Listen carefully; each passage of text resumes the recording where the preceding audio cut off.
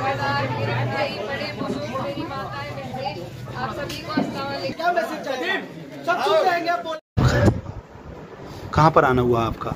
जी, हम कन्नौज लोकसभा में प्रचार कर रहे हैं। समाजवादी पार्टी के हमारे माननीय राष्ट्रीय अध्यक्ष यहाँ से चुनाव लड़ रहे हैं, तो उसी संदर्भ में आज छिबरामऊ विधानसभा में हमारे प्रोग्राम्स थे और यहाँ पे प्रचार किया।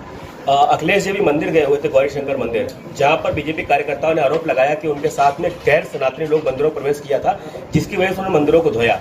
इस संस्कृति के इस कार्य को बीजेपी के आप किस तरह से देखती हैं? देखिए, ये बीजेपी का हमेशा से हमारे देश में भेदभाव फैलाकर राजनीति करने का जो उनका रहा है अपना सिस्टम, उसी के तहत उन्होंने ये बातें कही हैं और लगातार ये उनकी बौखलाहट भी है, क्योंकि उन्हें दिख रहा है कि जैसे जैसे चुनाव आगे बढ़ता जा रहा है, 3 चरण में उनका सफाया होता जा रहा है, तो अब वो धर्म की बात पर आएंगे, सांप्रदायिकता फैलाएंगे, क्योंकि यही उन्हें आता है। काम उन्होंने किया नहीं है, काम किया होता तो काम की बात करते। सपा पर हमेशा ही आरोप लगता रहा है कि वो एक कुछ विशेष वर्ग के लोगों की और एक जाति की पार्टी है, जिसकी वजह से कभी भी दूसरे संप्रदाय के लोग उसमें फिट नहीं बैठ पाते। अगर बात करें हम सवर्णों की, तो ब्राह्मण और क्षत्रिय वोटर्स हमेशा सपा से नाराज नजर आते हैं। क्या कारण इस वाले एंगल को आप किस तरह से लेगी आपकी पार्टी? देखिए, ऐसा इस बात में कोई सच्चाई नहीं है और हमारी जो पार्टी है वो सबको साथ लेकर चलती है। अभी हमारी पार्टी का जो नारा है वो भी पीडीए का है, जिसमें पिछड़ा, दलित, अल्पसंख्यक और पीड़ित अगड़े मौजूद हैं, तो इसमें सभी लोग आ जाते हैं। और जिस तरीके से हमारी पार्टी ने टिकट का वितरण किया है, उससे भी ये बात साफ है कि पार्टी सबको साथ लेकर चल रही है। और बल्कि भाजपा के लिए मैं ये कहना चाहती हूँ कि वो कुछ लोगों को बिल्कुल दरकिनार करके चल रही है। एक समुदाय के लोगों को एक भी टिकट नहीं दिया है, तो ये उनकी भेदभाव की राजनीति है। हमारी पार्टी इस तरह की राजनीति। बीजेपी के पास तो ईडी, सीबीआई और आईटी है, आप ये चुनाव कैसे जीतेंगी? हमारे पास हमारे लोग हैं, हमारी जनता है और उनका प्यार और विश्वास है और उनके बलबूते पे जीतेंगे। उन्हीं के बलबूते पे चुनाव जीता जाता है, ईडी सीबीआई पर नहीं। कन्नौज में आपको काफी समय से आप यहाँ पर देख रही हैं, आपको क्या लग रहा है कन्नौज के रुझान किस तरफ जाएंगे? कन्नौज से ये हमारे राष्ट्रीय अध्यक्ष जी की मेहनत की सींची हुई धरती है और हमें पूरी उम्मीद है कि उत्तर प्रदेश में बड़ी जीत यहाँ से हमें हासिल होगी। आज अमित शाह जी ने कहा कि अगर कांग्रेस या सपा यूपी में एक भी सीट निकालती है तो पाकिस्तानी पटाखे छूटेंगे, इस पे क्या कहना? देखिए, उनके पास यही फॉर्मूला है, कुछ और रहा नहीं है उनके पास कहने के लिए, तो ये उनका बौखलाहट दर्शाता है कि वो लोग अब सिर्फ अपनी जान बचाने के लिए अपने पुराने फंडे हिंदू मुस्लिम करने पर उतारू हो गए हैं। तो इससे साफ जाहिर होता है कि उनके पास और कोई मुद्दा नहीं है, कुछ काम दिखाने को नहीं है और ये बेफिजूल की बातें करके वो लोगों को बहकाना चाह रहे हैं, लेकिन इससे कोई फायदा नहीं होगा। जनता समझ चुकी है, जागरूक हो चुकी है, दो मौके इनको डबल इंजन के देकर देख चुकी है। इस बार सब बदलाव चाहते हैं और बदलाव की लहर है। ये जो खामोशी है चुनाव में, ये कभी भी सत्ता के पक्ष के लिए नहीं होती। ये खामोशी हमेशा विपक्ष को मजबूती देगी और ये खामोशी बदलाव की है। इस सरकार के बनने के बाद अगर आपकी इंडिया गठबंधन सरकार बन जाती है तो युवाओं के लिए और महंगाई के लिए आपके पास में क्या प्लान है जनता के लिए? देखिए, बहुत से हमारे जो मैनिफेस्टो है इंडिया गठबंधन के, उसमें बहुत सी स्कीमें निकाली गई हैं, जिसमें पहली नौकरी पक्की, महालक्ष्मी स्कीम हो और बहुत सी ऐसी योजनाएं हैं जिससे सीधा सीधा लाभ हम गरीबों को, महिलाओं को और हमारे युवाओं को देने का काम करेंगे। तो वो सब स्कीमें लागू होंगी, कर्जा माफ होगा, MSP भी दिया जाएगा और साथ में जिस तरीके से बिजली की दरें बढ़ा दी गई हैं किसानों के ऊपर भी, वो भी उन्हें फ्री मिलने का काम। किसान आंदोलन के समय 700 किसानों के मरने का जो काम था, उनकी शहादत थी, उसको आप किस तरह से देखती हैं? देखिए, इतना बड़ा हमारे देश में आंदोलन चला और 700 हमारे किसान शहीद हुए, जिनका न तो हमारे मुख्यमंत्री जी ने, न प्रधानमंत्री जी ने, किसी ने पता नहीं लिया। मन की बात में भी उनका जिक्र कभी नहीं हुआ।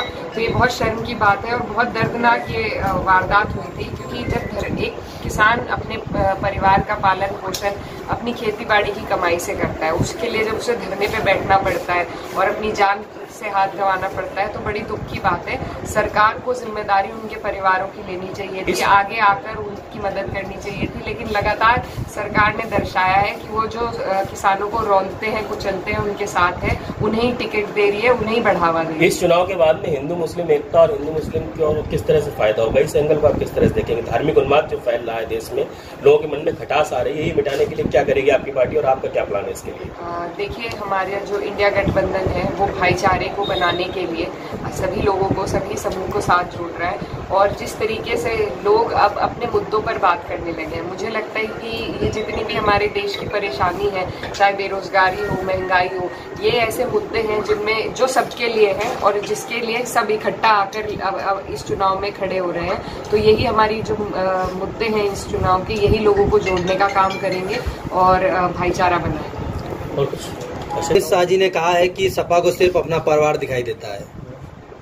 देखिए, भाजपा के भी कई लोग ऐसे हैं, हमारी खुद की सीट से जो व्यक्ति लड़ रहे थे वो दूसरी तीसरी पीढ़ी के लोग उनके पार्टी से भी चुनाव लड़ रहे हैं। इनके पास कोई मुद्दे नहीं है, ये सत्ता के लोग हैं, इन्हें काम के मुद्दों पर बात करनी चाहिए, अपना काम दिखाकर, अपना 10 साल का रिपोर्ट कार्ड दिखाकर इन्हें वोट मांगने चाहिए। ये बेकार की बातें करते हैं और इस बार जनता इनके बहकावे में नहीं है। लोकसभा चुनाव में देखा गया कि संभल में किस तरह से तांडव किया गया, एक बूथ पे दिखाया गया, उसमें क्या कहना, प्रत्याशी पे अभद्रता की गई। भाजपा है, ये सीधे रास्ते से जीत नहीं रही है, इन्हें दिख रहा है इनकी हार और इसीलिए ये अपनी सत्ता का दुरुपयोग कर रहे हैं, साम दाम दंड भेद, और हमारे लोगों को बूथ तक नहीं पहुंचने दे रहे।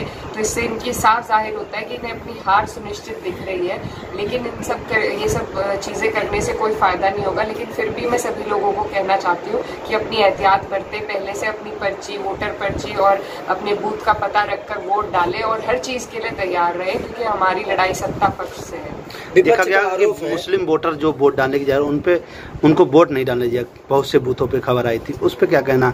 कई जगह 10 विधानसभा लोकसभा में चुनाव हुए, उसमें मुस्लिमों को सबसे ज्यादा वोट डालने से रोका गया। मेरी इसमें मैं यही कहना चाहती हूँ कि जो हमारा इलेक्शन कमीशन है उन्हें इसमें संज्ञान लेना चाहिए, इस तरह के जो वारदात हो रहे हैं, क्योंकि अगर किसी एक कम्युनिटी को हम चुनाव के अपने अधिकार से अलग हटाएंगे, अपना वोट डालने के, मत का अधिकार सबसे महत्वपूर्ण अधिकार है हमारे संविधान का, अगर उससे वंचित करेंगे तो ये लोकतंत्र की हत्या है। तो इसमें चुनाव आयोग को संज्ञान लेना चाहिए। वर्तमान में महिलाओं की सुरक्षा को इकरा जी कैसे देखते हैं? महिला होने के नाते आपका क्या कहना है? सरकार ने महिलाओं के उत्थान के लिए जो वादे किए और हमने देखा है, इससे साफ है कि इनकी नीयत जो है वो आपके और हमारे भले करने के लिए नहीं है। चाहे हमारे किसान भाई हो, हमारे मजदूर हो, हमारे युवा हो, महिलाएं हो, ये किसी के लिए कुछ नहीं करना चाहते। इन्होंने उद्योगपतियों का तो 16 लाख करोड़ कर्ज का माफ किया है, लेकिन किसान का कर्ज माफ करने के लिए इनके पास पैसे नहीं होते। हमारे युवा भाई यहाँ पर खड़े हैं, बेरोजगारी जिस हद तक पहुंच चुकी है ये अच्छी तरीके से आपको बता देंगे। कोई भर्ती जब निकलती है तो उससे पहले ये पेपर लीक करा देते हैं ताकि इन्हें भर्ती करनी ना पड़े।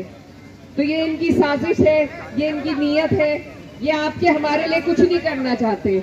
अभी आपने देखा होगा इनके इलेक्टोरल बॉन्ड का भी खुलासा हुआ, एक हाथ से इन्होंने लिया है और दूसरे हाथ से दिया है, और बदले में फ्री में कहकर ऐसी वैक्सीन सबके लगवा दी कि आज हमारे जो लोग हैं वो दिल के मरीज बनते जा रहे हैं। तो ये ऐसी सरकार है और इस निकम्मी सरकार को हटाने का, इन तानाशाहों को अपने ऊपर से हटाने का ये मौका है हमारे पास, सुनहरा मौका है।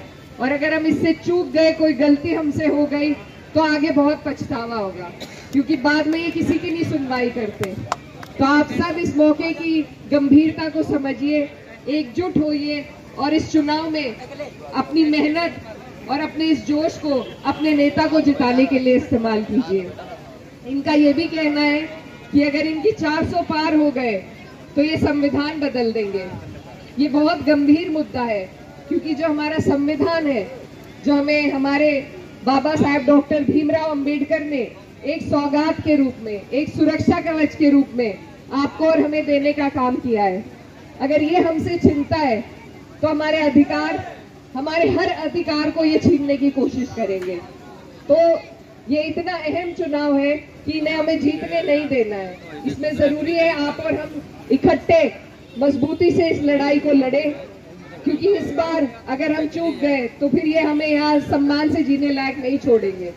तो आप सब मेरे भाई, मेरे बुजुर्ग हैं, आप सारी बातें अच्छी तरीके से समझते हैं। अलग समीकरण होता है, चेयरमैनी का अलग है, प्रधानी का अलग है, विधायकी का अलग है। ये बड़ा चुनाव है, इसमें दिल बड़ा करके सबको पास लाकर सबको जोड़कर हमें चुनाव लड़ने की जरूरत है। तो बस यही कहूंगी कि परसेंटेज पे ध्यान रखें, बूथ को मजबूत करें और अपने राष्ट्रीय अध्यक्ष जी के हाथों को मजबूत करने का काम करें। आने वाली 13 तारीख है, साइकिल का हमारा निशान है और जो ये नफरत फैला रहे हैं उसे आप कन्नौज वालों अपने इत्र की महक से उसे खुशबू में बदलने का काम करें। तख्त बदल दो, ताज बदल दो, बेईमानों का राज बदल दो। दवा के साथ साथ ये भी अपील है कि दुआ भी कीजिए हमारे लिए भी और तमाम जितनी भी हमारी सीटें हैं कि हमारी सरकार बन सके। आप सबसे दुआओं की दरख्वास्त है।